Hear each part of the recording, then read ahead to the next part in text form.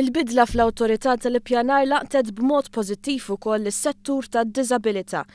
Dan għax fejn qabel kien il-pis ta' kull min qed javalwa applikazzjoni biex jara jekk kellix tkun involuta l-Kummissjoni Nazzjonali għall-Persuna b'diżabbilta, illum dan sar b'mod awtomatiku.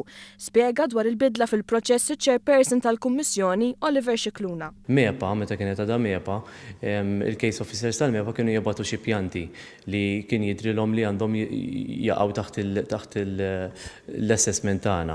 Però llum il-ġurnata l-Kummissjoni tirċievi il-pjanti kollha, isir il-filtering min-naħa tagħna u l-pjanti nażluhom aħna. Illum il-KNPD hija waħda mill-konsulenti ewlenin tal-Awtorità tal-Ippjanar dwar żvilupp ta' bini miftuħ għall pubbliku u ta' użu maġġuri.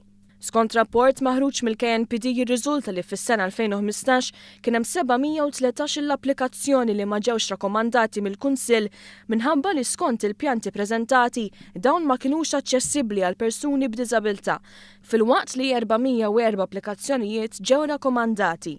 Scicluna jgħid li dan jista' jiġi evitat u bħalissa qed isir koordinazzjoni biex il-KNPD tkun tista' tgħin fit-tfassil tal-pjanti qabel dawn jiġu ppreżentati bħala applikazzjoni uffiċjali. Qabel il-proġett jiġi submittjat għand il-Planning Authority, imorru għand l-officers tagħna li anki qed ikunu l-MEPA ġurnata sħiħa it-tnejn u l-ħamis, hemmhekk ikollhom konsulenza mal-draftspersons tagħna u jkunu jistgħu jigwidawhom qabel jissubmittjaw l-application.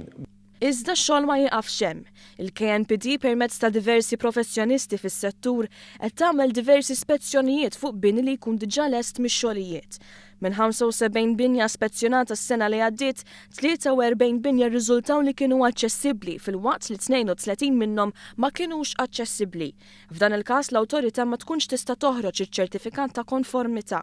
Scicluna fisser kif dan huwa wieħed mix-xogħlijiet kruċjali tal-Kummissjoni għaliex fil-waqt li sirna nitkellmu fuq ħafna drittijiet ġodda, ikun hemm każi fejn l-aċċessibilità fiżika għadha sfida u dan m'għandux ikun.